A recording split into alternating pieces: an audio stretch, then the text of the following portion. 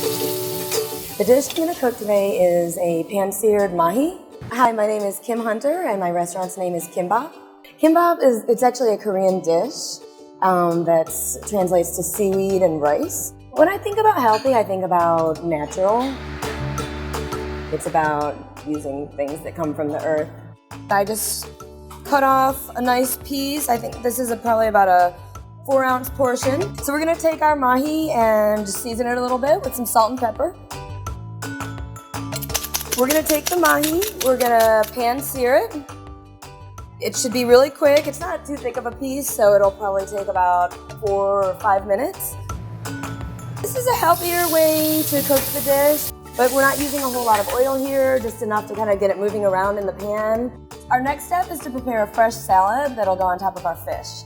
We have some fresh daikon radish greens for that. In the past 5 or 10 years, I've gotten to know a lot of farmers and learned more about cooking seasonally. So the salad dressing is made of garlic, hot pepper, actually a little bit of fish sauce and vinegar. I like to massage the greens a little bit so they're not too tough.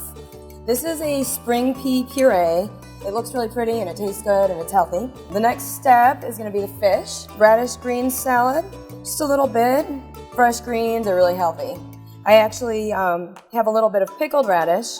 It's really pretty and it adds a lot of flavor. Our last step here is going to be some microgreens. They have a lot of nutrition. And our finished dish here, this is our pan-seared mahi over our spring greens puree.